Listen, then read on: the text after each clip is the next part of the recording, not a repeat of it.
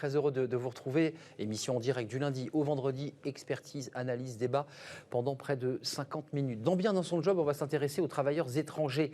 Quels droits ont-ils? Quelles relations entretiennent-ils avec leurs entreprises? On fera le point avec une avocate dans quelques instants. Working Progress et les invités de Welcome to the Jungle. On parlait de l'onboarding. Là, on fait le pré-boarding. C'est avant l'onboarding. On va tout vous expliquer. Et puis dans le cercle RH, qui est notre débat, on nous annonce des plans sociaux. Ils sont déjà là.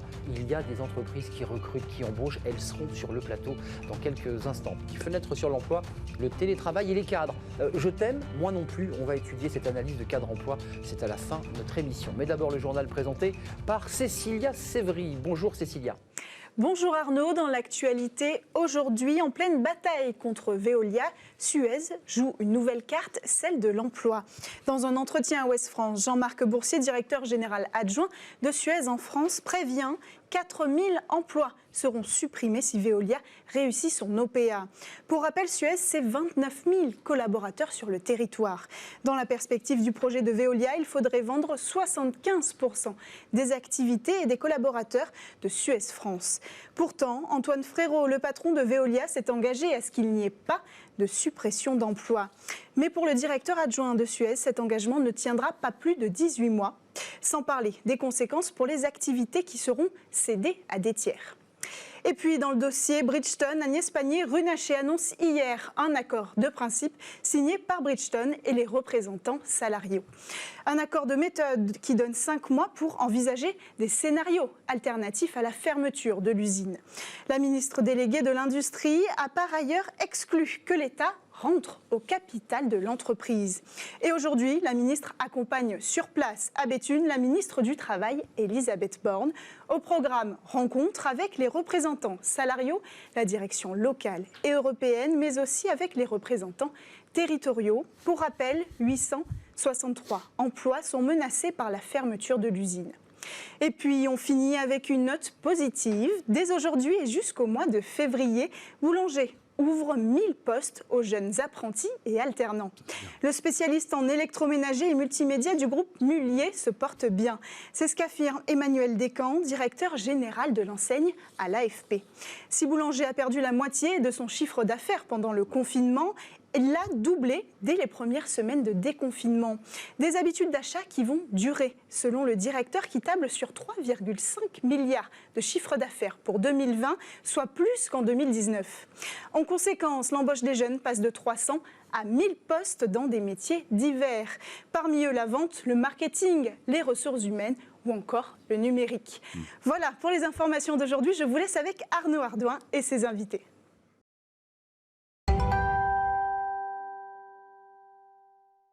Bien dans son job. On va faire un peu de droit quand le politique rencontre le juridique. Sabrina Kemel, merci d'être avec nous. Vous êtes une habituée régulièrement dans Bien dans son job. Vous venez nous éclairer sur tous ces sujets. Avocate au barreau de Paris, spécialiste en droit du travail. Le politique rencontre le juridique parce que là, on parle des travailleurs sans papier, des travailleurs dits irréguliers qui ont un emploi. Vous voyez de quoi je veux parler. Il y a eu cette affaire Frischti notamment, mais il y en a eu d'autres de salariés qui n'avaient pas de papier, qui avaient un emploi et qui disaient mais ma situation fait que je suis bancal, il faut me régulariser. Il y a eu ces salariés qui effectivement travaillent plus de 45 heures par semaine avec leur petit vélo et qui se sont réunis, qui ont manifesté. Quelles sont les obligations de l'employeur lorsqu'ils embauchent, c'est le cas de ces plateformes, des travailleurs sans papier? Alors, je vous ai vu sourire dans mon lancement. J'ai souri parce que toute la problématique, justement, Frischti, Uber et compagnie, c'est justement que ces personnes sont considérées comme n'étant pas salariées. Ils ne sont pas salariés. Eh oui. Mais ils ne sont pas salariés. Auto-entrepreneurs. Mais les obligations... Je vois l'avocate qui arrive. Oui, bien sûr, parce que ça change tout. Vous imaginez, dès lors qu'il y a un lien de subordination qui est reconnu, pour Frischti ou autre, ce serait dramatique. Ils ne sont absolument pas salariés. Enfin, après, ça, c'est une autre discussion, un autre débat que je serais ravie de venir sur le plateau pour échanger là-dessus. Mais donc, s'agissant des salariés, des vrais salariés. Avec un contrat de travail.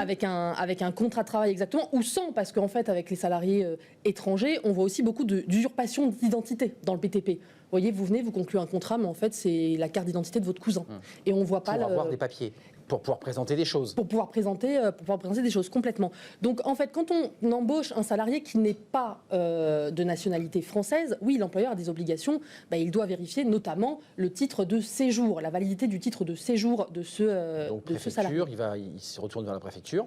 Le salarié le salarié lui fournit ce titre de séjour et il doit vérifier, bien entendu, la validité, la véracité de ce titre de séjour. Sur des secteurs tendus, Sabrina, c'est compliqué. L'employeur, il a besoin très vite de salariés. Il a un chantier à faire.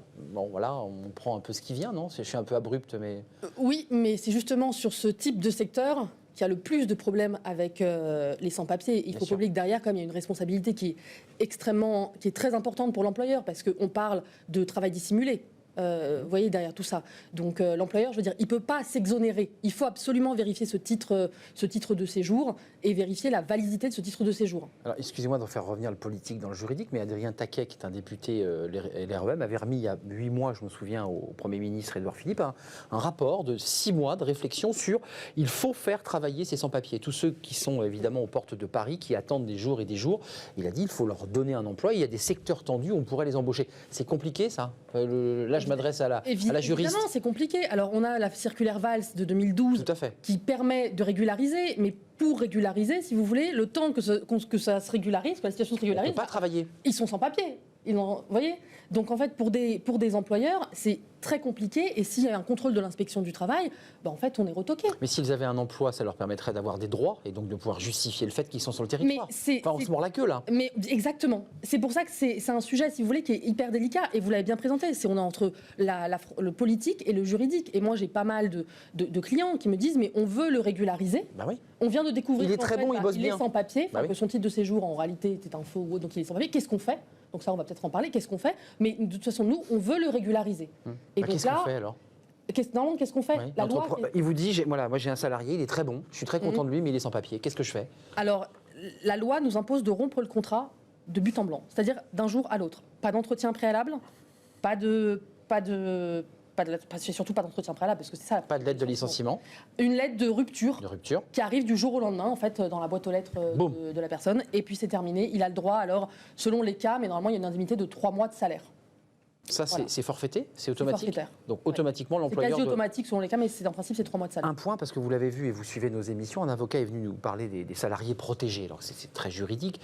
Protégés, c'est ceux qui deviennent des représentants du personnel, qui leur donnent un statut particulier. Imaginons que ce travailleur sans papier, qui est arrivé de manière dissimulée, se dit je vais me protéger, je vais aussi devenir représentant du personnel, je deviens protégé, je risque plus rien.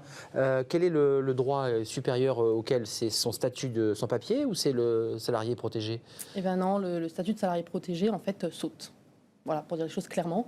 C'est-à-dire que la protection n'existe plus et donc vous pouvez directement envoyer une lettre de rupture sans passer par la case inspection du travail. Ouais, c'est assez étonnant. Ça a encore été jugé récemment. Et c'est pas seulement, si vous voulez, très rigide. Hein, mais c'est très rigide parce que pourquoi? Parce qu'on a en fait, c'est un délit, si vous voulez. On est sur du travail dissimulé, on est sur de l'emploi d'étrangers. Donc, en fait, bien sûr que c'est très rigide. Et ce qu'il faut savoir, c'est que justement, les salariés, c'est pas tant, si vous voulez, les salariés qui se pointent et qui n'ont pas forcément de papier et qui obtiennent le statut de salarié protégé, ce sont aussi les salariés qui ont vécu pendant 40 ans en France sans difficulté aucune, qui ont toujours renouvelé leur titre de résidence. Exactement. Et qui un jour ne peuvent pas renouveler ce titre ou s'ils sont pris trop tardivement. Et donc le temps qu'ils fassent leur démarche, il y a une fenêtre de tir, il y a 2-3 mois peut-être, ou peut-être que 15 jours, pendant lesquels ils n'ont pas de papier. Et bien là, l'employeur pourrait parfaitement rompre le contrat de travail. Côté employeur, qu'est-ce qu'il risque cet employeur? Alors, il y a la bonne foi de l'employeur qui dit, attendez, moi j'ai eu un salarié qui s'est présenté avec des vrais papiers, il y avait des titres, tout ça a été faux, je ne pouvais pas le savoir. Qu'est-ce qu'il risque? Alors, quand on est sur le cas d'une usurpation d'identité, on licencie pour faute grave, pour le coup. Parce qu'au-delà du fait de ne pas avoir de papier en règle, on a une faute de la personne. Donc, on licencie pour faute grave. Donc là, c'est la bonne foi, si vous voulez, de l'employeur qui va rentrer en compte. Donc, pas de souci, s'il a bien sûr effectué toutes les démarches nécessaires auprès de la préfecture pour s'assurer que le titre était valide. Parce qu'il ne suffit pas de recevoir un titre. Voyez, il faut vérifier qu'il est valide. Il faut vérifier qu'il est. Mais la préfecture vous valide. Vous dit cette personne a bien un titre de séjour valide. Est censé valider. Donc vous pouvez l'embaucher. Exactement. D'accord. Et il peut y avoir, donc vous l'évoquiez tout à l'heure, on prend les papiers d'un ami, d'un cousin. Ah oui, c'est très fréquent. notamment dans le milieu, par exemple, du BTP, de la restauration.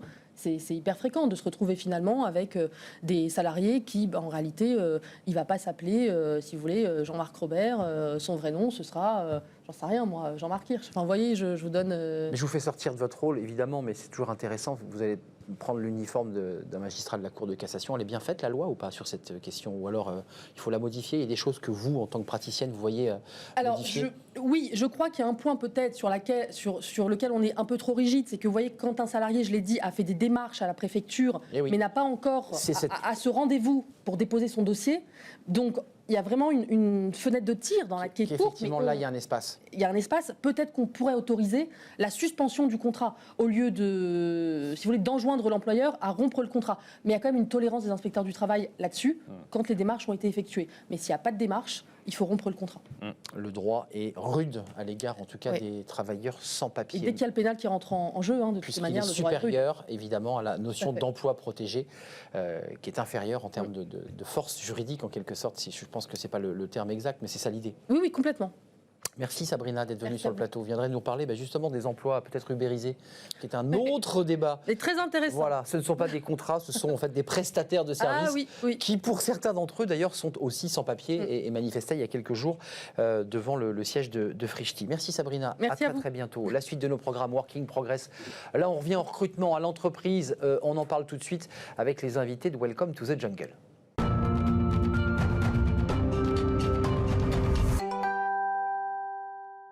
Working Progress, vous connaissez notre rubrique avec les invités de Welcome to the Jungle. J'ai le plaisir d'accueillir Mathieu Amaré, le retour de Mathieu. On retrouvera demain, si je ne m'abuse, Jérémy Clédal, fondateur de Welcome.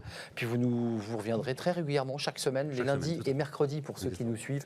Voilà, vous aurez l'habitude de retrouver Mathieu toujours lundi et mercredi. C'est toujours un plaisir, évidemment. Alors, on a beaucoup parlé de l'onboarding, c'est un mot qu'on utilise beaucoup sur cette émission. Alors là, on franchit une étape supplémentaire avec votre invité parce que c'est le pré-boarding, avant l'onboarding. Exactement, et désolé encore pour les anglicismes, pré-boarding qui veut dire pré-embarquement d'un salarié. J'ai l'impression qu'on prend l'avion là. Exactement, tout à fait. C'est un embarquement en fait, voilà, tout à fait. Et ça consiste à définir cette phase où le salarié signe son contrat, le futur salarié signe son contrat, jusqu'à ce qu'il vraiment prenne son poste. Pour en parler, aujourd'hui, je suis ravi d'accueillir Coralie Raché. Bonjour.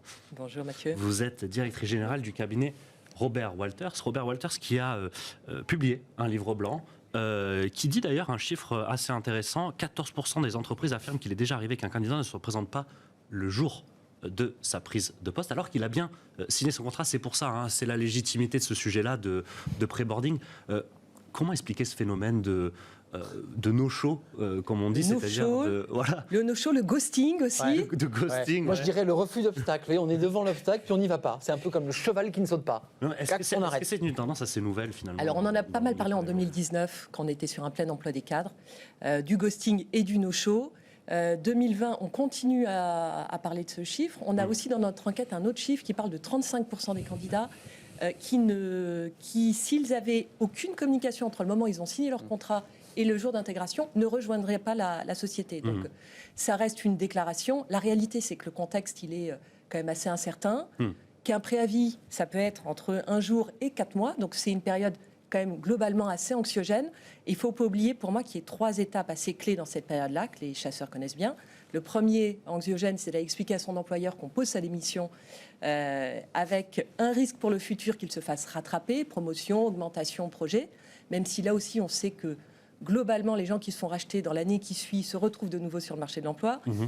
Deuxième risque, c'est les candidats multipistes. On est quand même sur un marché avec une pénurie des cadres et d'un certain nombre de talents. On va au plus offrant, on bouge beaucoup. On bouge beaucoup, on peut avoir plusieurs offres. On a accepté une première offre et puis on continue jusqu'à... Et puis globalement, cette période d'incertitude, on est capable de changer d'avis quand on est candidat. Donc le pré-boarding, c'est une phase hyper stratégique pour éviter le no-show. On parle bien d'une tendance, Coralie Raché, qui date d'avant la pandémie et d'avant le confinement. Comment l'expliquer? Comment expliquer qu'avant ça n'existait pas? Il y a 20 ans, quelqu'un qui signait son contrat venait 3 mois après, peu importe la période de préavis dans une entreprise. C'est le zapper. Le cas. Il y a un côté zapper. On appuie sur la... Est-ce que finalement les candidats sont plus volatiles qu'avant? Alors, on n'est plus sur une forme de pénurie. Le candidat aussi ne rentre pas dans une société pour toute sa vie. On parle de fluidité du marché de l'emploi, d'autres vous parleraient d'infidélité des candidats. Je suis plutôt à pousser sur la fluidité. En l'occurrence, oui, les candidats continuent à évoluer et l'entreprise reste un lieu de passage pour les candidats. Donc voilà, après la correction, le manque de correction, de communication sur le fait de ne pas le communiquer du tout, c'est un autre débat, mais le fait de changer régulièrement et de continuer à évoluer... Alors qu'est-ce qu'il faut faire pour les entreprises ? Vous savez, les recruteurs sont soulagés quand ils signent quelqu'un et un peu stressés de savoir maintenant s'il va venir vraiment, véritablement. Pendant ces 3 mois de préavis, j'ai signé un contrat, mais je continue dans mon ancienne entreprise. Des mails, des cadeaux, des pots. Est-ce que vous avez des bonnes pratiques ? Vous avez tous les secrets. J'ai tous les secrets, mais écoutez, j'ai lu votre livre blanc. Alors, j'allais dire, la base, je reviens sur le chiffre de 35%, c'est de se dire qu'on va communiquer pendant toute cette phase-là, créer du lien, c'est clé. On parle de l'expérience émotionnelle, donc ça va être avec l'équipe, avec le manager, avec tout son écosystème. Et puis, le petit plus, l'idée, c'est de surprendre un petit peu dans cette phase-là. C'est les cadeaux, pourquoi pas. Ah oui, d'accord. Le goodies. Ouais. Non, on avait les goodies entreprises. un peu personnalisé. L'idée, il y a une forme d'indice de désirabilité dans les petites intentions qui sont faites, qui vient booster la motivation du candidat. J'existe, quoi. Je reçois ce cadeau, j'existe. On personnalise, on m'a Vous parlez attendu. de cadeaux, mais Quel genre de cadeaux? Les goodies. Ouais, c'est ça. Oui. C'est des discounts, c'est quoi? C'est des Non, des avantages en j'ai nature entendu, et puis on l'a vu sur LinkedIn ou d'autres réseaux sociaux avec des candidats qui arborent leur tenue de sport brandée par la société. Alors, selon vos activités, je pense que Bismarck pourrait probablement Clairement. adapter une pochette, un masque. L'idée, c'est de faire preuve On a le masque déjà. d'originalité. On a déjà le masque. Oui. On va le. Oui. Mais l'objet, c'est aussi de présenter la culture de l'entreprise avant la période d'onboarding, qui est déterminante, on l'a vu sur ce plateau. Ouais. Dans le pré-boarding, on peut envoyer, je ne sais pas, certaines plaquettes de présentation, un manifeste, une profession de foi, quelque chose qui est à même en fait de montrer aux salariés, de le rendre aussi directement productif à la manœuvre, puisque quand il arrivera le premier jour dans cette entreprise, il sera prêt, il sera. Alors il y a deux informé. sujets dans ce que vous voulez dire. Le premier, qui est une forme de motivation à long terme, qui est se rappeler qu'un candidat, quand il rejoint une entreprise, c'est pour une aventure humaine qui a du sens. On parle beaucoup de RSE, On en revient. de responsabilité sociale, sociétale, environnementale. Donc ça, il faut évidemment le pousser si la raison d'être existe et en phase. On va projeter le candidat à long terme.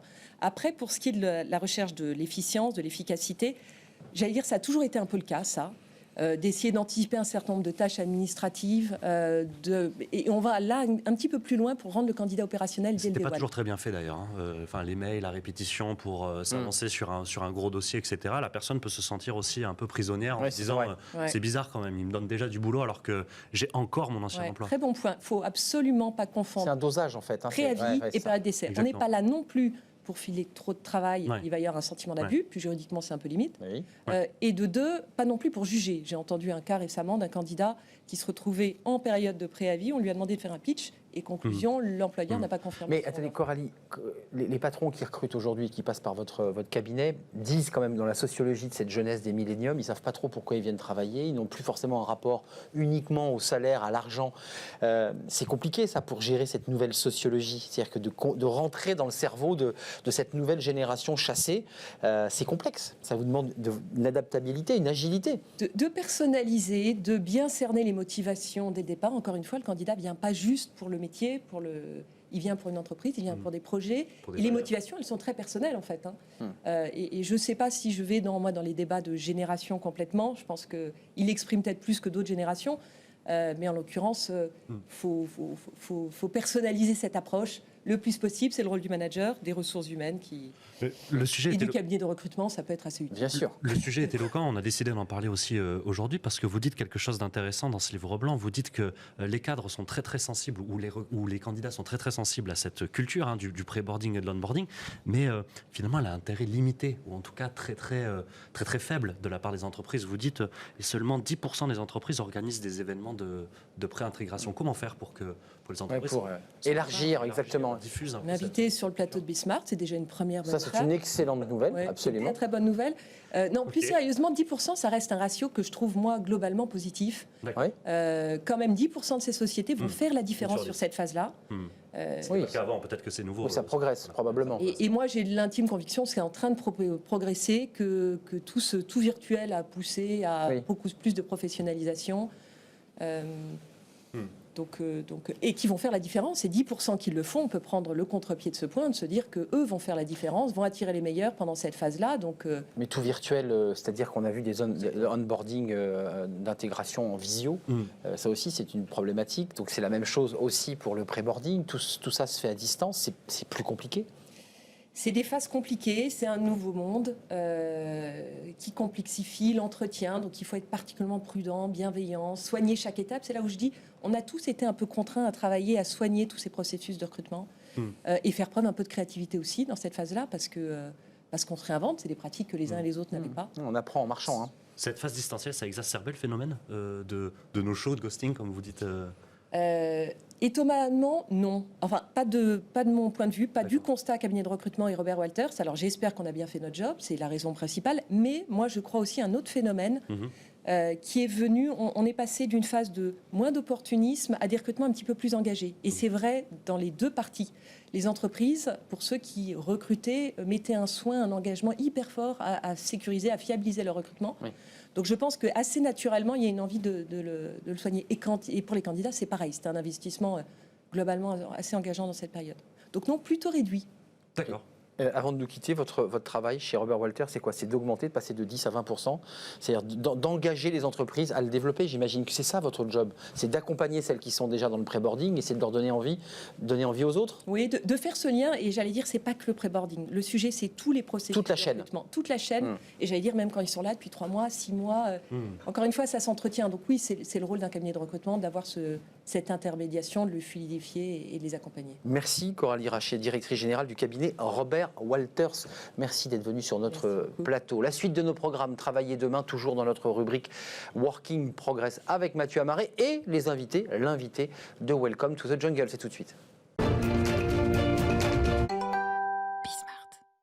Travailler demain. On reste dans le sujet puisqu'on était dans le pré-boarding, Mathieu. Là, on revient, je dirais, sur un processus peut-être plus classique, l'onboarding, mais avec une technique, avec un système un peu particulier. Vous allez nous l'expliquer. Surtout avec une solution. On va même continuer d'en parler de pré-boarding, je pense. Bonjour Yann. Bonjour. Yann Boisseau, vous êtes cofondateur de Tilt, donc je le disais, une solution d'onboarding collaborateur. Vous avez fondé Tilt avec une vision, un constat, je pense. On vient d'en parler avec Coralie Rachet. Selon vous, cette phase de pré-boarding aujourd'hui, avec le distanciel, etc., est-ce qu'elle a encore plus d'importance?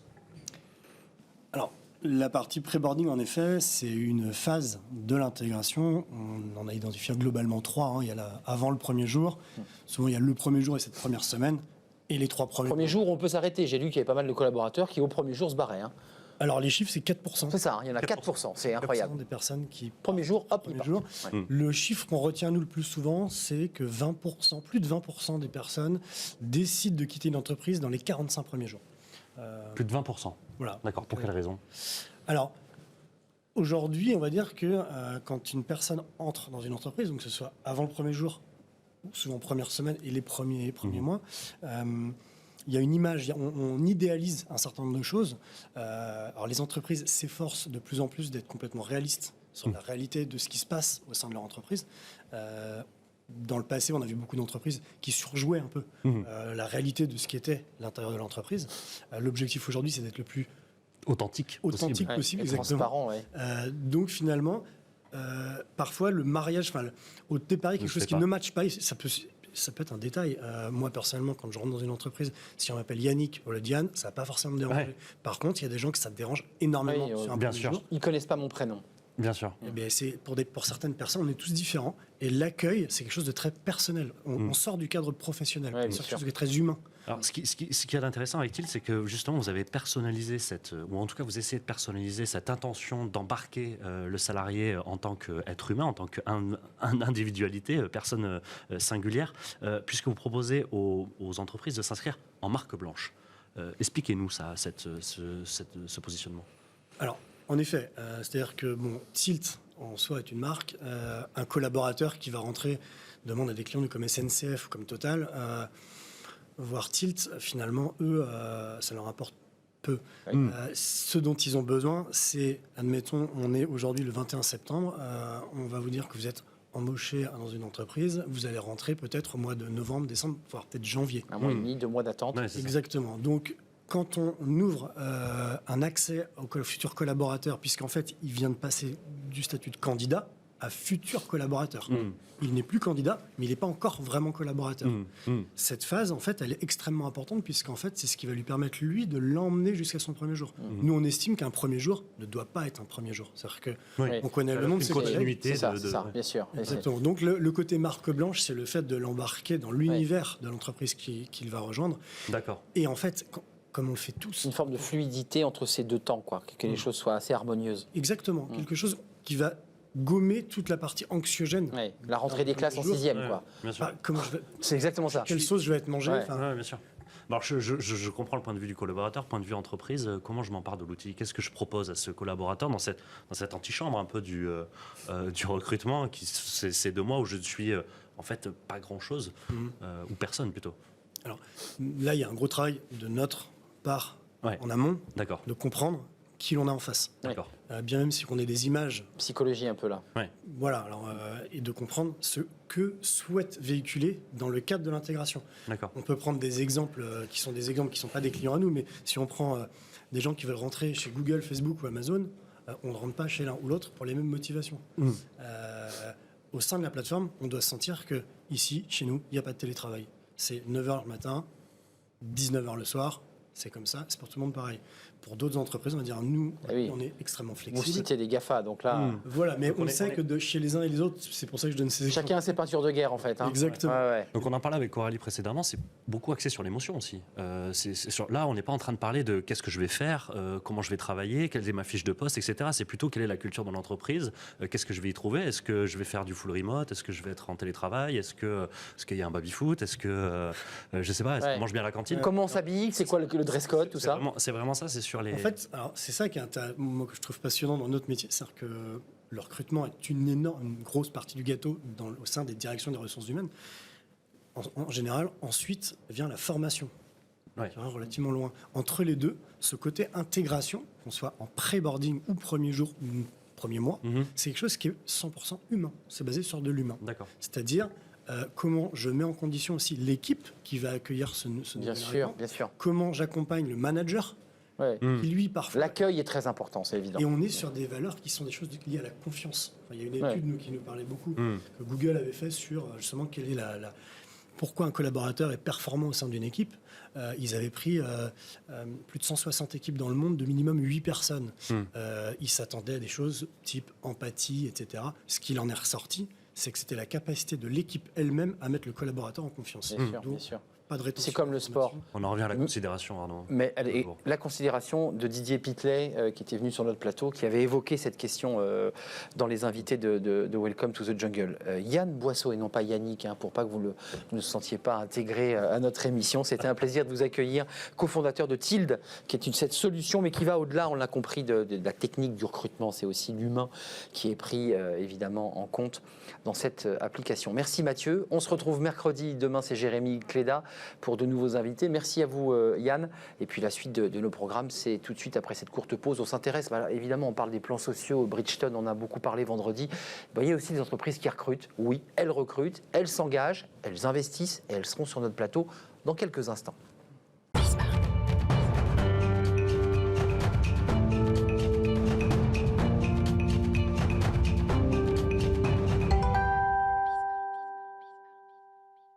Le cercle RH, le débat, vous l'entendez, a déjà commencé. C'est le débat de Bismart, de Smart Job.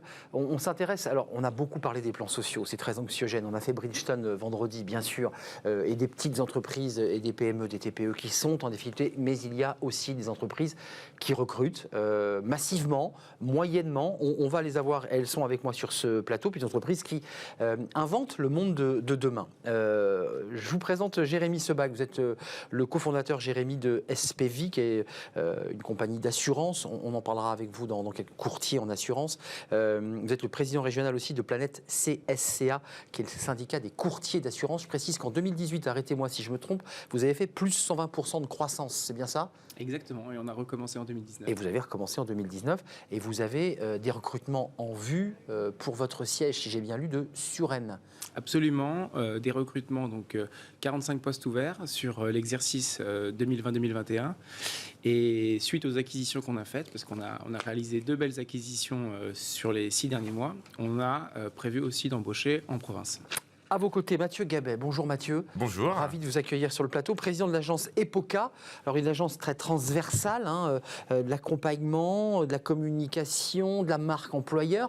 Et puis là, vous avez élargi le spectre en intégrant Twinin, alors on en parlera, qui n'est pas qu'une agence de recrutement, qui travaille aussi sur la marque employeur. On parle beaucoup de la marque employeur sur ce plateau, et donc peut-être des recrutements à venir. Exactement, en tout cas, des entreprises qui ont des grands enjeux à la matière et des solutions qui existent justement pour les aider à être les plus efficaces possibles. Eh bien, vous allez nous les présenter. Et puis avec nous, Jean-Pierre Galera. Bonjour Jean-Pierre. Bonjour. Vous êtes le directeur général adjoint du groupe SFAM, courtier en assurance aussi. Alors, quels sont les secteurs que vous couvrez dans votre compagnie? Nous, c'est essentiellement c'est l'assurance affinitaire sur tout ce qui est produits multimédia, les smartphones en particulier, mais tous les produits multimédia au sens large, tous les objets connectés. Jérémy, vous, votre spectre? Nous, on couvre plutôt les personnes, en fait. C'est les personnes. Plutôt orienté sur la prévoyance et les frais de santé, la mutuelle, autrement dit, des particuliers. D'abord, avant que vous me parliez de vos belles entreprises, d'un mot, les recrutements que vous prévoyez, pour qu'on rentre dans le vif du sujet, parce qu'il y a peut-être des entrepreneurs, il y a peut-être même des demandeurs d'emploi. Combien de recrutements vous avez prévus? Et nous avions prévu pour 2020 1100 personnes. 1100 personnes. 1100 personnes, absolument. On a été obligé de revoir un petit peu à la baisse au regard de début d'année qui était un petit peu compliqué en la matière, on en parlera peut-être. Et donc, on va recruter 900 personnes. 900 personnes, oui. J'avais lu 1000, effectivement, vous redescendez de 200 collaborateurs. Oui, parce que si on peut arriver à 1000, on va essayer, mais le temps imparti est relativement court pour aller jusqu'à la fin de l'année. Voilà, donc c'est notre ambition et on va la tenir. 900 personnes, donc ça c'est un chiffre intéressant, c'est un gros chiffre. Alors vous êtes un peu plus modeste. Oui, tout est relatif, en fait ça dépend de la taille. De la taille, mais vous n'avez pas la même taille entre SFAM et... Nous on a prévu d'embaucher à peu près, on a 45 postes ouverts. 45 postes ouverts. Je disais sur votre site, votre siège de Suresnes, c'est quel type de poste? On y reviendra sur les vôtres, mais c'est quel type de poste? Alors, c'est des postes qui sont absolument variés, puisqu'on recrute au marketing, on recrute à la gestion, on recrute à la finance. En fait, on recrute dans quasiment tous les services. Tous les services. Ouais. D'accord. Donc là, vous êtes dans une phase de recrutement, là. Complètement. On parlait de l'onboarding, du pré-boarding. Ça y est, vous avez lancé là, les cabinets de recrutement pour lancer les entretiens. Alors, on travaille avec des cabinets de chasse, mais après, tout à l'heure, on parlait de la marque employeur. Et effectivement, nous, on travaille beaucoup notre marque employeur. On est très présent sur les réseaux sociaux. Et en ce moment, de par l'actualité de l'entreprise, je reconnais qu'on a un taux d'attractivité qui est assez fort. Donc oui, donc beaucoup de demandes, il y a beaucoup de CV qui arrivent, c'est ça? Il y a beaucoup de demandes. On a même recruté 2 chargés de recrutement spécifiques pour, on va dire, recruter les bonnes personnes. Et puis, c'est important. Bien sûr, c'est le plus important. Le capital humain, chez nous, c'est ce qu'il y a de plus important. Avec le capital technologique, mais dans le capital technologique, évidemment, il faut avoir... des hommes qui accompagnent, bien sûr. Ouais. Voilà, et donc, tout simplement, aujourd'hui, ces 45 nouveaux collaborateurs, on va les chercher grâce aussi à l'attractivité de la boîte. Bien sûr. Mathieu Gabet, je l'évoquais, EPOCA, c'est quoi? C'est combien de collaborateurs? 200? On est un petit peu plus de 200 200, en France, c'est ça. Exactement. On est présent dans une trentaine de pays au travers de notre réseau international d'agences indépendantes. Et en France, on va couvrir tous les sujets du marketing et de la communication du DIRCOM et du directeur général, la communication du DRH et la communication du directeur marketing et commercial pour accélérer son business. Vous accélérez le business parce que ça, c'est les conseils que vous donnez en tant qu'entreprise, évidemment, en tant que conseiller. Mais là, vous élargissez votre spectre avec Twinin. Pourquoi avoir pris le contrôle et repris Twinin? C'est quoi l'objectif, la stratégie? Dans une période compliquée, on se dit effectivement pourquoi continuer à investir. D'abord parce qu'on croit dans l'avenir. On pense que se compléter avec des gens de talent, en plus, c'est des équipes qu'on connaît depuis un certain nombre d'années, avec qui on a déjà travaillé sur certains projets. Il nous semblait intéressant de renforcer un certain nombre de compétences. Et sur ce volet de l'acquisition digitale. On en parle beaucoup en publicité, on en parle beaucoup en B2B. On a une agence spécialisée en B2B qui s'appelle Aressi sur toute la partie acquisition business. Ça nous semblait indispensable de faire le même exercice en termes de marketing RH, c'est-à-dire de permettre aux entreprises de pouvoir faire de l'acquisition de candidats à la performance. C'est très simple. J'ai un besoin ou plusieurs besoins. À partir de ça, on va construire le dispositif de communication et on va être rémunéré aux variables en fonction de la performance et des candidatures qui auront été reçues derrière. Vous l'avez fait exprès, vous êtes venu avec deux entreprises qui recrutent. Vous avez déposé vos cartes, j'espère. Il y en a beaucoup d'autres. Non, on verra. Après l'émission, non, mais c'est intéressant, ça peut tout à fait vous intéresser. C'est l'objectif de ce plateau. Oui, c'est intéressant parce que c'est aussi une réflexion que mènent ceux qui recrutent. Les choix sont délicats, il ne faut pas se tromper. Vous êtes sur 900 collaborateurs, sur toutes les chaînes, je dirais, de l'entreprise. Là, on vient de le voir, il y a le marketing, il y a le numérique. Pareil pour vous ? Absolument. Nous avons la chance d'être dans une entreprise qui a une très très forte croissance, puisque nous, on double chaque année. On a fait 2700% de croissance en 5 ans. 2700%. Oui. D'accord. On a encore c'est doublé. Le premier et le deuxième du secteur. Oui, tout à fait. C'est vrai, absolument. C'est tout à fait ça. J'ai vu sur les derniers classements. Vous avez raison. Voilà. Donc, évidemment que c'est sur l'ensemble de la chaîne de l'entreprise, puisqu'il y a du développement commercial très fort. On a un développement à l'international qui est très dynamique. Marque identifiée, absolument. SFAM. Qui est en train de changer d'ailleurs. Pour 2 raisons, elle va s'appeler Indexia, donc vous voyez, je vous donne un scoop.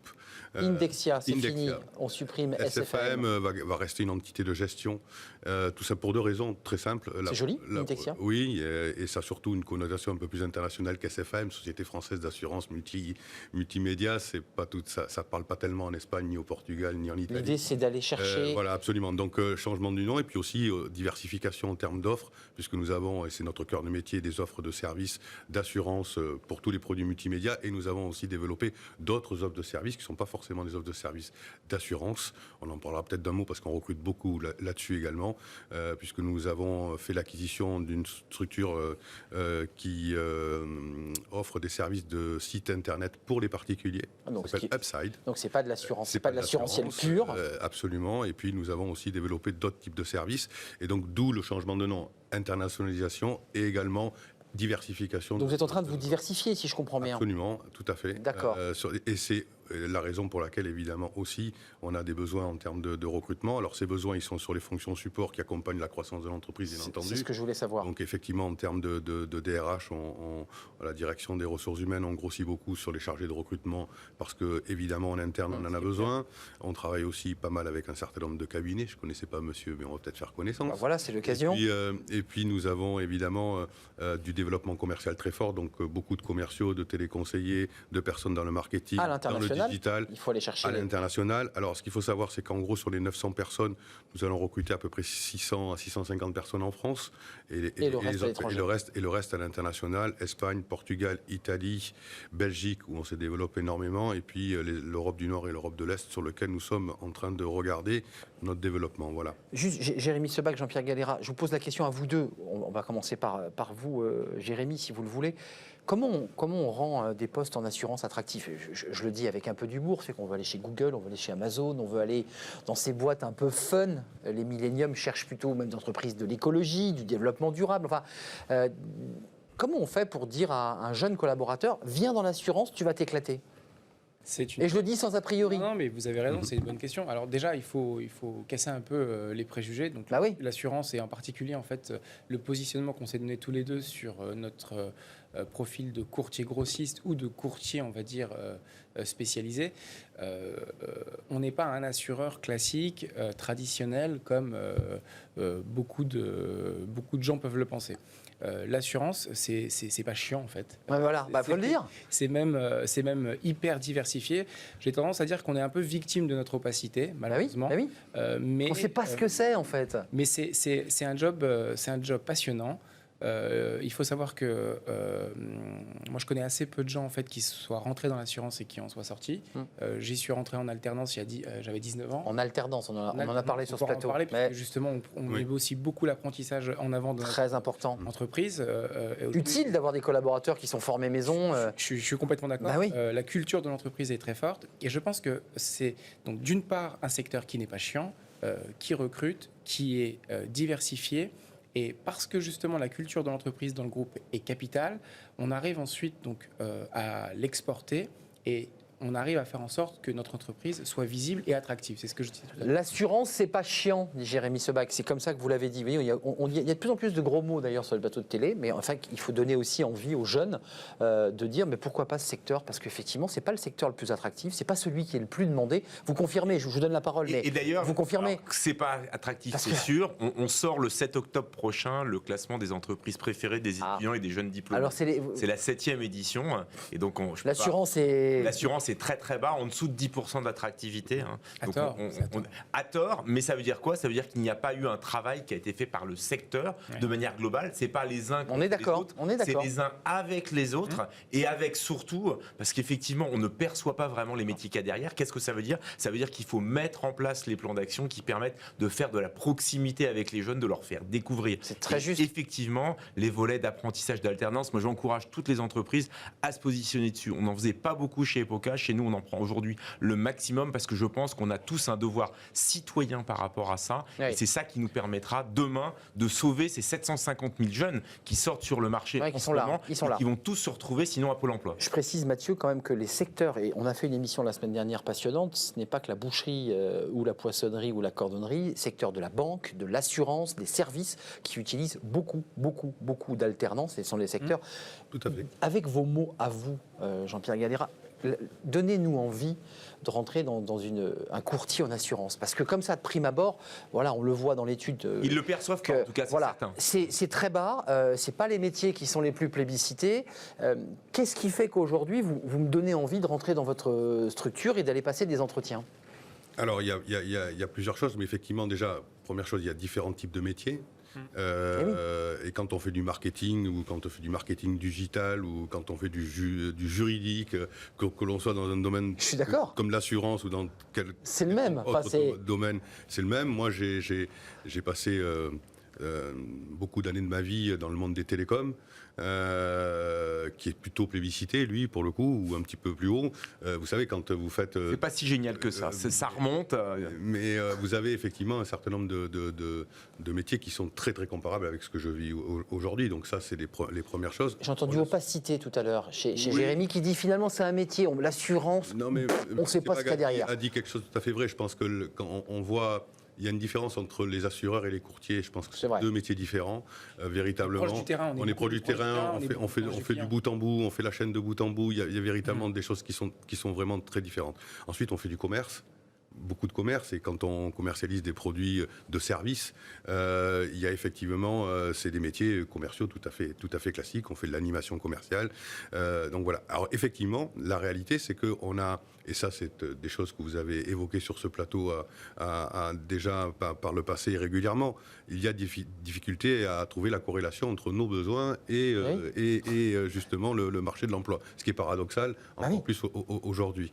Donc nous, on a développé SFAM Academy, où effectivement Structure interne. une structure interne, de manière à la fois à être attractif et à proposer alors c'est des BTS et des bachelors désormais. On vient d'intégrer 60 personnes supplémentaires là pour cette rentrée. Et donc on forme, et on forme au métier de l'assurance.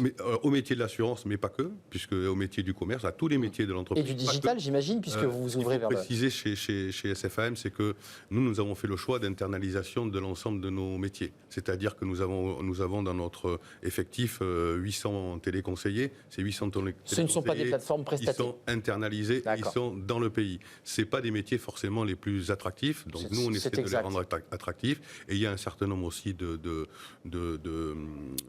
d'outils pour ça. On est à Piadwork depuis 3 ans consécutivement. Ça aussi, ça compte parce que les jeunes regardent ce type de... Excusez-moi, les téléconseillers intégrés qui travaillent en France, à Amiens, je pense notamment à Amiens, qui est une grosse plateforme. C'est à Romans-sur-Isère, chez nous. Au pied du Vercors. Ça veut dire que la relation client est de meilleure qualité? Évidemment qu'on joue là-dessus, bien sûr. En tout cas, c'est... Non, mais il faut le dire. Non, mais c'est la vérité. Voilà. Alors, je vais vous dire, je dis pas que les plateformes externalisées sont pas de toutes mais c'est différent que d'être qualité. intégré. Simplement, c'est que nous avons la maîtrise totale de nos équipes. de leur discours, de ce qu'ils font, des outils qu'on leur confie. Donc tout ça, c'est quand même une garantie pour nous de qualité de service pour nos clients. Et ça, on y tient absolument. Ça veut dire qu'en France, ce sont des Français qui sont internes chez nous, dans notre siège historique à Romans-sur-Isère. En Espagne, ils sont à Barcelone. Au Portugal, ils sont à Lisbonne. Et donc ça crée aussi une dynamique d'entreprise Exactement, autour ça de... crée une dynamique d'entreprise, oui. et c'est important. Et tout un écosystème autour qui aussi crée des postes, parce qu'il faut de l'IT, il faut du SI pour tout ça. Bien sûr. Mathieu, vous vouliez intervenir, et puis je donne la parole à Jérémy, parce qu'il va peut-être nous dire, là, je sais qu'il va nous le dire, l'assurance, c'est quoi, courtier en assurance, c'est quoi? Parce que moi, à titre personnel, ça m'intéresse. On est tous assurés pour sa maison, pour son téléphone, pour sa voiture. Qu'est-ce qui se passe derrière? Vous vouliez intervenir? Oui, la bonne nouvelle, c'est qu'en 2020, les entreprises continuent à investir sur leur marque employeur, ce qui n'était pas le cas Très important. en 2008 et ce qui n'était pas le cas en 2000 à la suite des 2 précédentes crises qui sont microscopiques par rapport à ce qu'on vit aujourd'hui. Donc continuer à investir, continuer à travailler sur une vraie communication employeur pour faire connaître justement les métiers, les opportunités qu'il y a derrière, travailler dans la continuité. C'est pas parce qu'on recrute moins aujourd'hui qu'il faut pas préparer l'avenir. Bien sûr. Et évidemment, le fait qu'aujourd'hui on soit en capacité à proposer des solutions à la performance, à l'engagement de résultats, d'ailleurs que ce soit pour des entreprises, mais on travaille aussi avec des cabinets de recrutement puisque nous on est vraiment une agence de marketing RH avec l'intégration de Twinning qui est capable d'apporter des résultats à la performance pour trouver le bon candidat au bon moment, au bon endroit.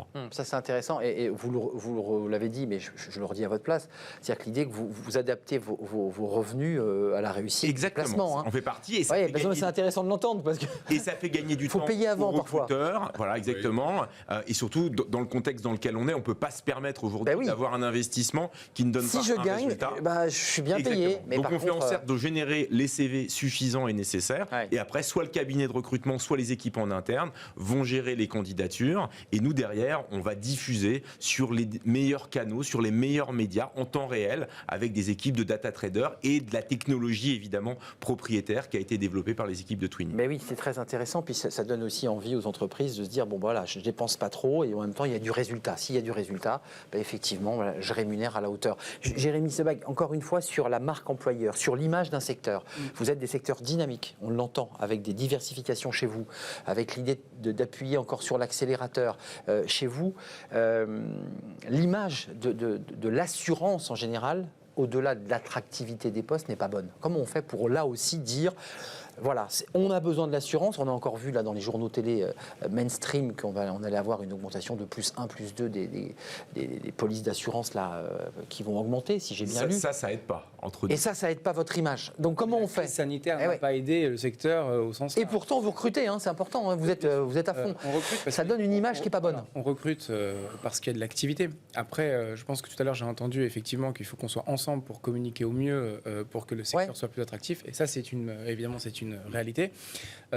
Mais le secteur n'a pas bonne presse ou le secteur n'est pas attractif. Nous, aujourd'hui, ce que je peux vous dire, on ne le ressent pas comme ça. Non, mais c'est important que vous entendez de l'intérieur. On fait à peu près, on est 350 collaborateurs dans le groupe grâce à des acquisitions récentes. Vous voulez que je vous explique le métier de courtier d'assurance tout à l'heure. Justement, donc c'est important de le préciser. Le courtier d'assurance en France, il est multifacette. Il peut faire le métier donc de monsieur SFM. Il peut faire aussi donc notre job de courtier grossiste où en fait on intègre toute la chaîne de valeur.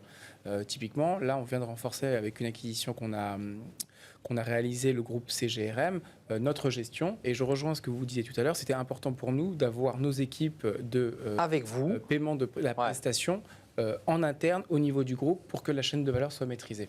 Et un courtier d'assurance, en fait, en France, il a les délégations des compagnies d'assurance et il peut être apparenté à une compagnie d'assurance, comme vous le disiez tout à l'heure.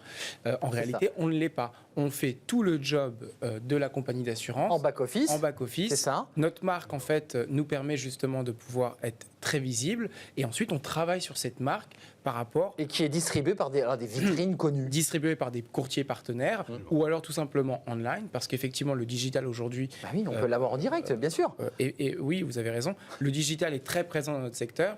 La transformation digitale du secteur est en train de se faire. On a un peu de retard par rapport au monde bancaire, évidemment. Encore les vieux dossiers. L'assurance est en train de faire ça mieux. Aujourd'hui, pour vous donner un ordre d'idée, c'est aussi valable chez SFM.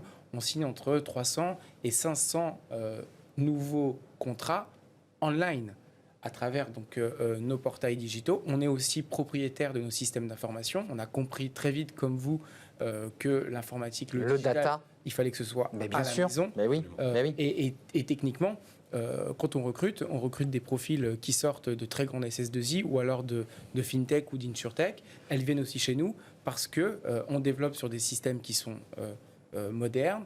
Et surtout, en fait, on donne du sens tout de suite aux collaborateurs. Je comprends. Parce que le job, c'est concret. Dès qu'ils font une ligne de code, il y a un impact direct sur le Oui, c'est ce que disait Jean-Pierre Galera. C'est-à-dire que c'est aussi des métiers du marketing qu'on peut faire chez Amazon ou dans des grosses boîtes. On les fait aussi dans l'assurance. Il ne faut pas non plus tourner le dos au secteur parce que c'est le même métier, le juridique. Il faut comprendre que la finance a beaucoup été mis en avant auprès des jeunes. L'assurance est en train de revenir sur le devant de la scène parce que c'est un métier pérenne. On peut gagner de l'argent, on peut même très bien gagner sa vie. Je rappelle que j'étais en alternance à 19 ans, j'ai 39 ans aujourd'hui. Je dirige un groupe qui va faire 90 millions d'euros de chiffre d'affaires et qui a 350. Vous êtes arrivé 38e dans le classement Choiseul. Enfin, je ne l'ai pas dit comme ça dans le début du CV, mais c'est ça, un 38e. Dans 80. Ah bon, j'ai eu 38. 80. Enfin, peu importe. Vous serez 38 alors. Vous serez 38. Juste avant de nous. Effectivement, Choiseul. Avant de nous quitter, juste d'un mot, parce qu'on a entendu votre dynamique et votre dynamisme à vendre vos secteurs. Vous êtes au contact des entreprises. Vous leur apportez conseil.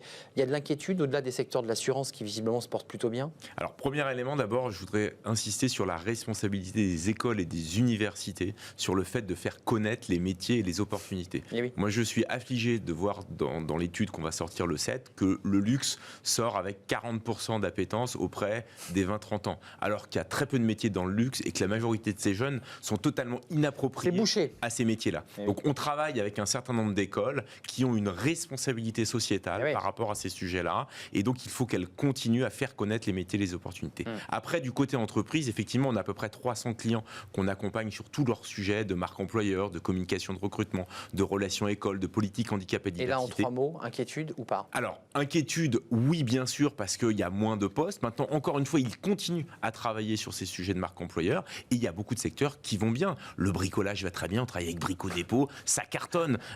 Histoire d'or sur des volets de distribution, ils ont des besoins extrêmement importants. L'ensemble des ESN, des tout n'est pas en difficulté. Ont des gros besoins. Chez Atos, on recrute. Chez Ségula, on recrute, etc. Donc des besoins, il y en a. Des solutions, il y en a. Mais il faut que les entreprises fassent l'effort de continuer de la pédagogie dans une période. Merci Mathieu Gabet, président de l'agence EPOCA avec Twinin qui va être intégré. Peut-être allez-vous changer de nom, on en reparlera. Vous viendrez nous le dire peut-être, puisque un peu comme pour Jean-Pierre Galera, directeur général adjoint du groupe SFAM, vous allez changer de nom à une date. C'est en cours. Il y a juste. Rappelez-nous le nom de la société, du groupe maintenant. Indexia, voilà, vous vous en rappellerez, ça s'est dit en tout cas sur le plateau de Smart Job. Et puis merci à Jérémy Sebag, qui n'est pas 38e au classement Choiseul, mais qui est dans le classement, cofondateur de SPV, qui est évidemment, on l'a entendu, un courtier qui n'est pas spécialisé en téléphonie comme les SFAM. Merci de nous avoir éclairés, messieurs, d'avoir donné envie à vous qui nous regardez de venir pousser les portes des courtiers, des compagnies d'assurance. Il y a du travail, allez passer les entretiens à travers notamment la société EPOCA. Tout le monde va être heureux et accompagné. C'est bientôt la fin de notre émission. Vous connaissez notre rubrique, c'est Fenêtres sur l'emploi. Chaque lundi, Cadre Emploi vient nous faire une étude assez approfondie. Là, c'est le télétravail et les cadres. Vous allez voir, très instructif, c'est tout de suite.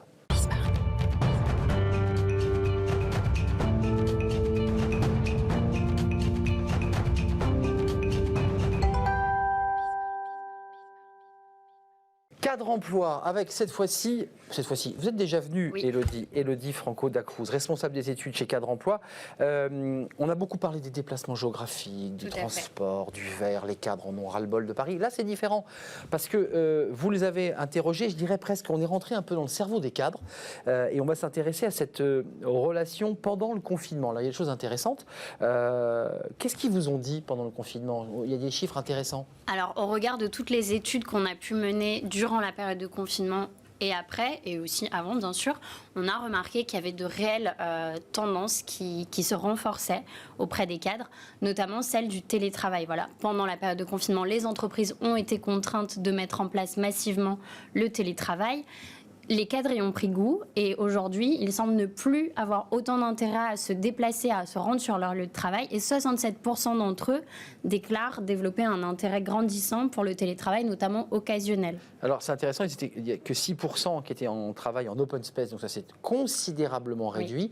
Et puis il y a une deuxième analyse qui est vraiment intéressante, c'est que c'est le rapport au télétravail full remote, comme on dit, pour utiliser un mot, c'est-à-dire à 100% télétravail. En fait, les cadres, ils ne sont pas totalement favorables. Ils ont envie quand même d'une hybridation. C'est ce qui ressort dans beaucoup d'études et elle ressort dans la vôtre. Alors, on a 40% des cadres qui déclarent avoir un intérêt pour le télétravail permanent, ce qui est notamment le cas des plus de 50 ans.